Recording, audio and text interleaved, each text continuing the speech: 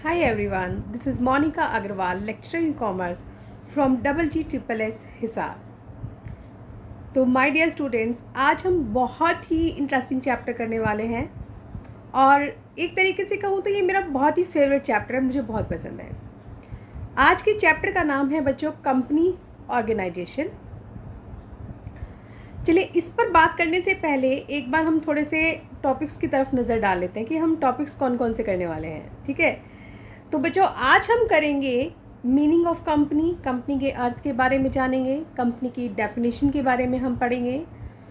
जब हम किसी चीज़ के मीनिंग के बारे में जानते हैं, डेफिनेशन के बारे में जानते हैं, तो फीचर्स तो ऑटोमेटिकली पता चली जाती हैं। तो फीचर्स के बारे में भी हम डिस्कस करेंगे। अब इसकी मेरिट्स को भी देखेंगे और साथ ही लिमिटेशंस को भी देखेंगे, और हम ये भी पढ़ेंगे कि कंपनी के टाइप्स कौन कौन से हैं। और इसी के साथ हम एंड में एक MCQs करेंगे थोड़े से, जिससे पता चले कि आपको चैप्टर में कितना मज़ा आया और क्या आपको समझ आया है या नहीं आया है। ठीक है बच्चों, तो चलिए लेट अस स्टार्ट। अब कंपनी क्या चीज़ होती है, देखिए, इस पर चलने से पहले मैं आपसे बात करूँगी। बेटा, आप लोग +1 के स्टूडेंट्स हैं, आपके लिए बिज़नेस कम्प्लीटली जो है वो बिल्कुल नया है। तो इसमें क्या चीज़ हो जाती है कि अगर हम अब तक फॉर्म्स पढ़ते आए हैं बिज़नेस ऑर्गेनाइजेशन के, है ना, तो फॉर्म्स ऑफ बिजनेस ऑर्गेनाइजेशन में आपने अब तक क्या क्या पढ़ा? सोल प्रोप्राइटरशिप, कि एक अकेला व्यक्ति भी बिजनेस कर सकता है। इवन आप अपने गली मोहल्ले में, आस पड़ोस में अगर देखते हैं बच्चों, तो वहाँ पे कोई छोटी परचून की दुकान है, किराने की दुकान है ना, किसी भी चीज़ का, कपड़े की भी हो सकती है, मिठाई की भी हो सकती है, मतलब किसी भी चीज़ की जो शॉप है वो हमारा क्या है? एकाकी व्यवसाय। एकाकी व्यवसाय मीन्स जिसे एक व्यक्ति चला रहा है। अब आपने साथ ही बच्चों उसकी मेरिट्स डीमेरिट्स भी पढ़े हैं, है ना, कि देखिए, आप अकेले व्यापार तो कर सकते हैं लेकिन बहुत लार्ज स्केल पर नहीं कर सकते, क्योंकि आपके पास इतना पैसा नहीं है और इतने साधन नहीं हैं। तो इसके लिए फिर बेटर क्या लगा, एक और ऑर्गेनाइजेशन का आपने टाइप पढ़ा, वो था पार्टनरशिप, कि अब वहाँ पे एक नहीं बल्कि 2 या 2 से ज़्यादा लोग जो मिलकर हैं वो बिज़नेस कर रहे हैं। ठीक है, तो अब कंपैरेटिवली आपको एक अकेला व्यक्ति पैसा लगाता, अब 2 या 2 से ज़्यादा लोग अगर पैसा लगा रहे हैं तो नो डाउट पैसा भी ज़्यादा होगा, काम भी अच्छा होगा, क्योंकि किसी की किसी चीज़ में परफेक्शन है और किसी की किसी चीज़ में परफेक्शन होती है। अगर आप किसी को नहीं मिलाना चाहते तो आप इसके लिए जॉइंट हिंदू फैमिली की तरफ भी जा सकते थे, जिसमें दादा दादी आएंगे, ठीक है, ताऊ चाचा सब मिलकर जो है वो बिज़नेस कर सकते हैं, है ना। तो अब ये भी कर सकते हैं, लेकिन नहीं, अब इतने में भी हमारा काम नहीं चलता, क्योंकि सबसे मेन एक ड्रॉबैक उसका क्या था कि वहाँ पे जो है ना, आपके पास साधन सीमित हैं लेकिन जो लायबिलिटी है वो असीमित है। बाई चांस अगर बिजनेस में लॉस हो जाए तो उन्हें अपनी पर्सनल प्रॉपर्टी भी बेचनी पड़ जाती है। तो भाई ये तो सबसे दिक्कत वाला काम हो गया ना। तो इसी के लिए एक क्या चीज़ आया फिर, ऑर्गेनाइजेशन, कंपनी ऑर्गेनाइजेशन आया। अब ये फॉर्म ऑफ बिजनेस ऑर्गेनाइजेशन का ही एक फर्दर टाइप है, जिसे बच्चों हम जॉइंट स्टॉक कंपनी भी बोल देते हैं।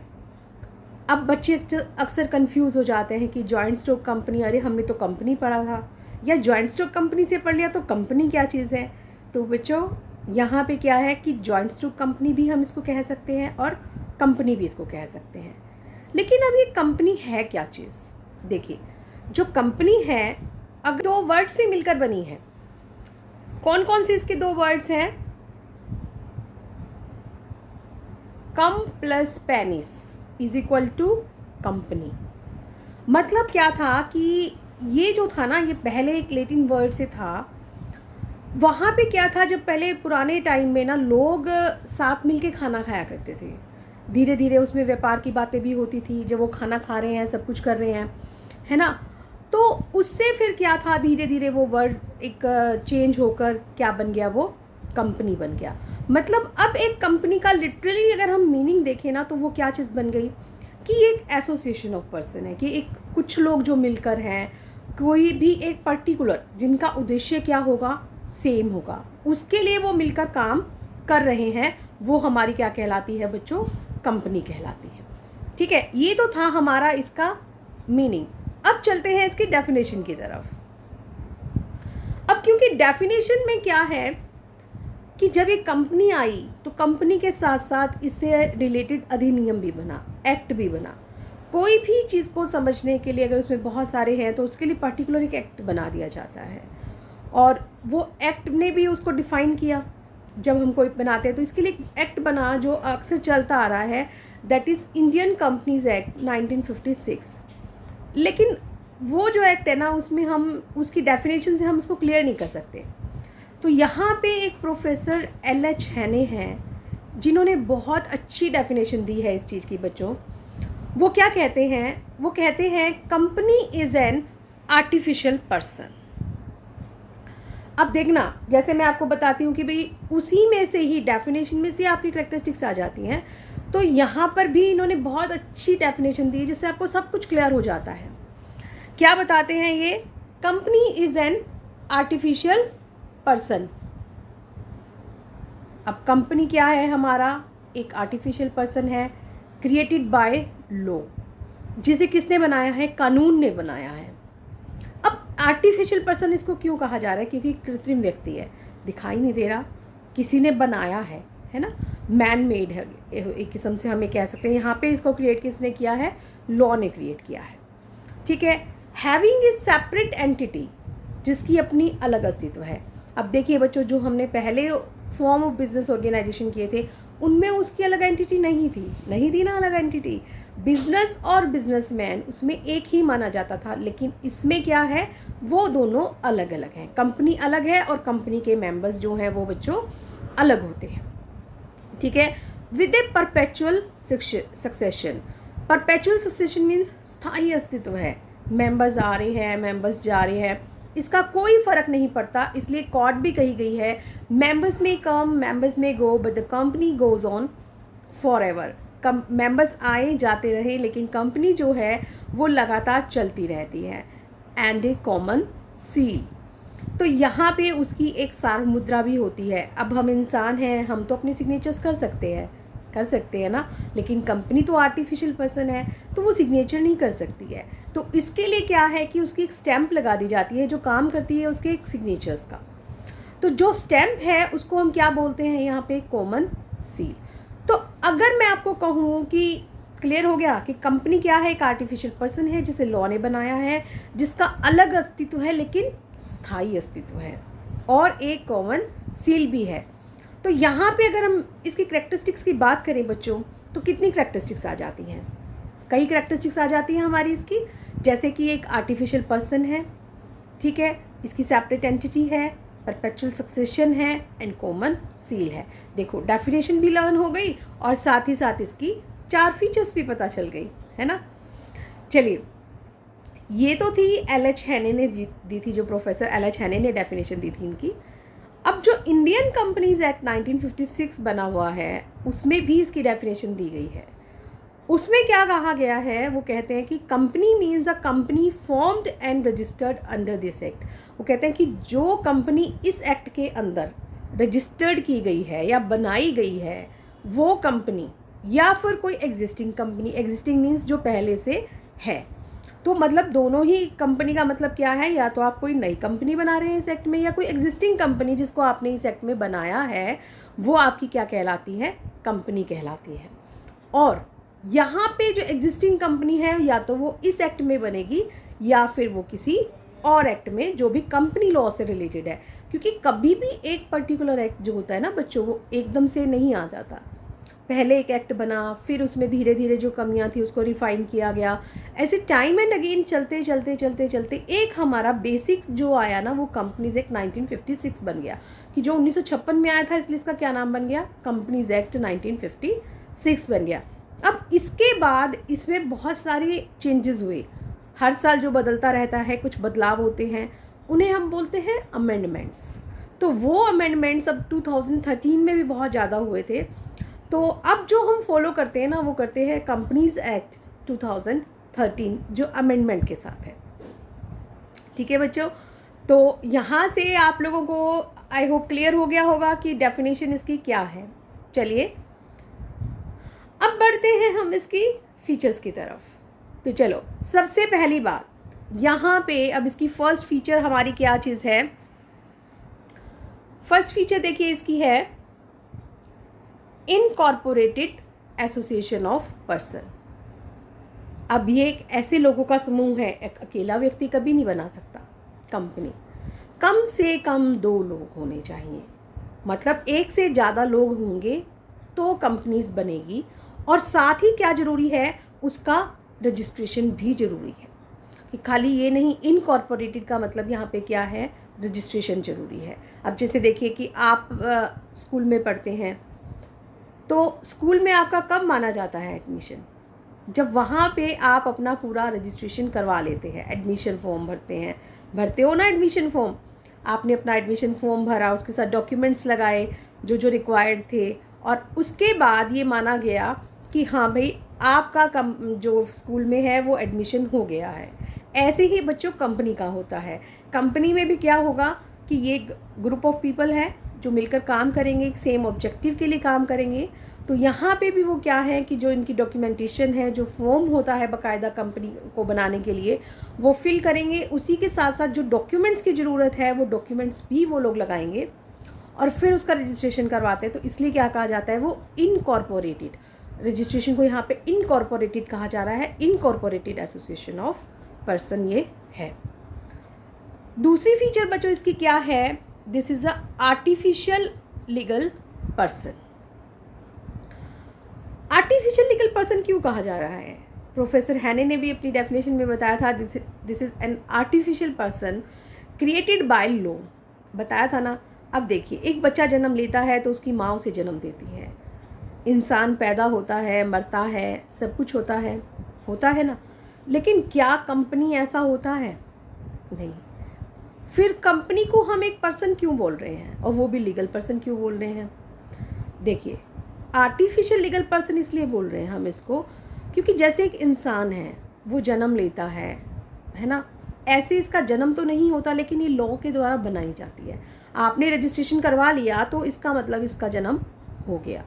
अब जैसे एक इंसान है, वो क्या कर सकता है, अपने नाम में प्रॉपर्टी खरीद सकता है, अपने क्या कर सकता है, बेच सकता है, किसी के अगेंस्ट केस कर सकता है ना, बिजनेस कर सकता है, सब कुछ कर सकता है, जैसे आप सोल प्रोप्राइटरशिप और पार्टनरशिप में करते आए हैं।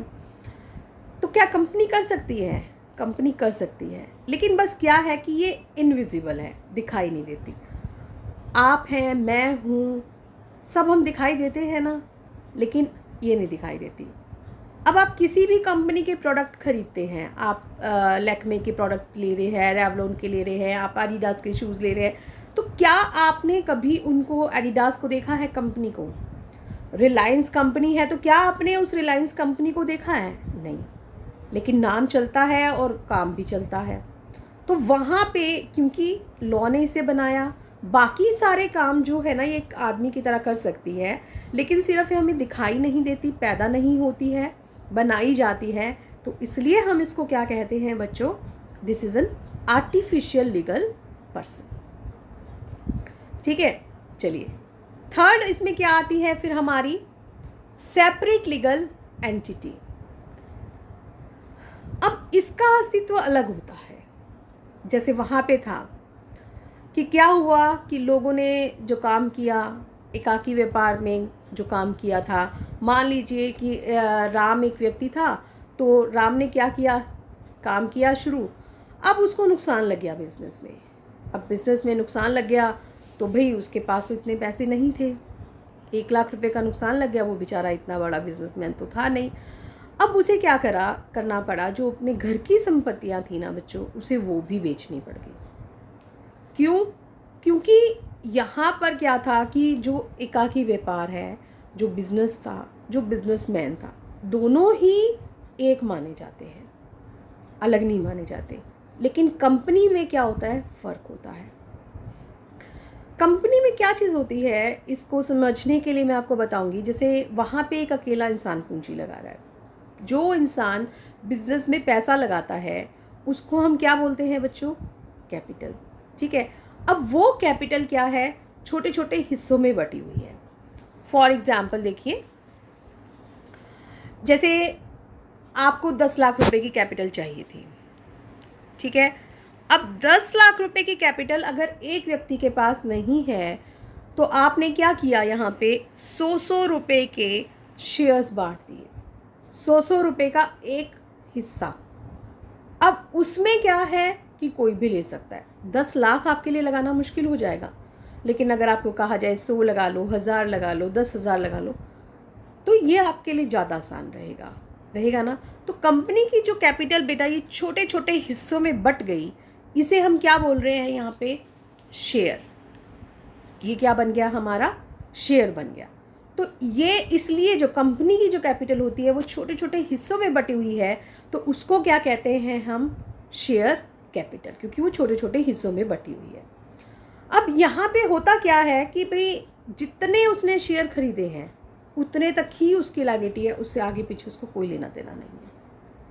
ठीक है, तो यहाँ पे क्या है, क्योंकि वो आर्टिफिशियल पर्सन है, उसकी अपनी अलग एंटिटी है बिजनेस की, कंपनी बिजनेस कर रही है ना, तो कंपनी की अलग एंटिटी है, ऑनर्स की अपनी अलग आइडेंटिटी है, तो इसलिए यहाँ पे ये मेन फ़ायदा होता है। तो हम क्या कहते हैं, ये किसकी सेपरेट लीगल एंटिटी है। चलिए फिर अगला कौन सा आ जाता है, अगला आता है बच्चों हमारा परपेचुअल सक्सेशन, ये वाला स्थायी अस्तित्व। अभी मैंने बताया था मेंबर्स में कम, मेंबर्स में go, but the company goes on for ever.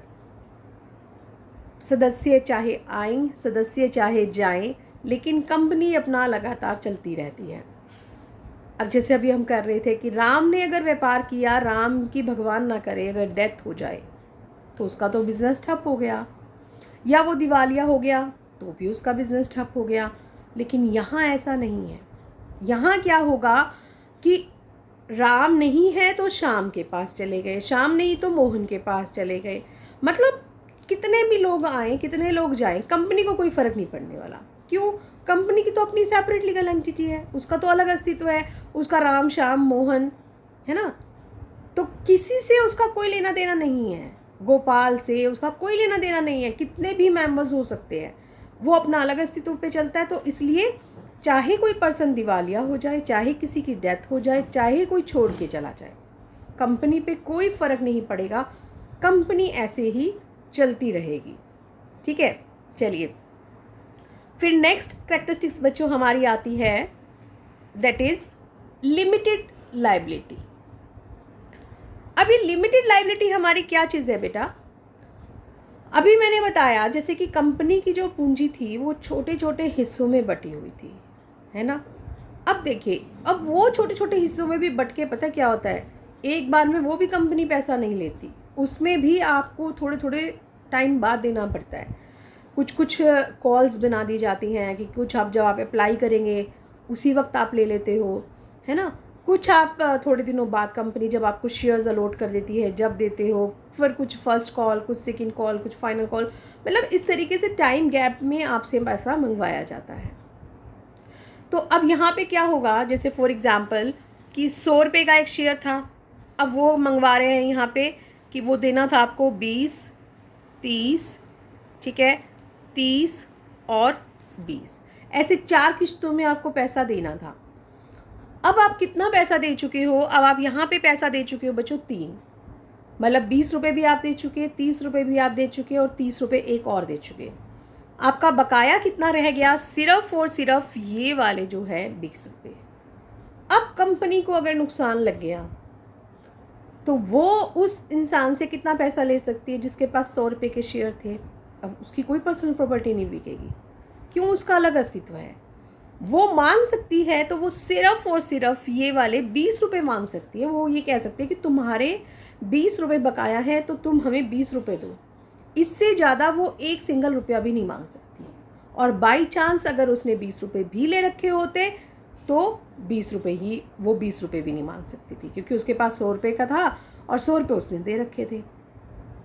समझ आया। तो यहाँ पे सबसे बड़ा फ़ायदा क्या है इस चीज़ का कि लिमिटेड लायबिलिटी है, पैसा भी आपको ज़्यादा मिल रहा है और लायबिलिटी भी आपकी क्या है, कम है। आपको अपनी पर्सनल से नहीं देना, जितने आपके पास शेयर्स हैं उतने का आपको लेना है। गारंटी वाले शेयर्स हैं तो जितनी आपने गारंटी दे रखी है बेटा उतना आपने करना है, उससे भी वो नहीं आपको करना। तो है ना कितनी मज़ेदार वाली बात ये। चलिए अब जो नेक्स्ट आता है इसमें हमारा, फिर नेक्स्ट है हमारा कॉमन सील। कॉमन सील अभी मैंने आपको बताया था, भूल गए या ध्यान है? जैसे हम अपने सिग्नेचर कर सकते हैं, अब कंपनी तो ऐसे सिग्नेचर नहीं कर सकती। क्यों? क्योंकि वो एक आर्टिफिशियल पर्सन है।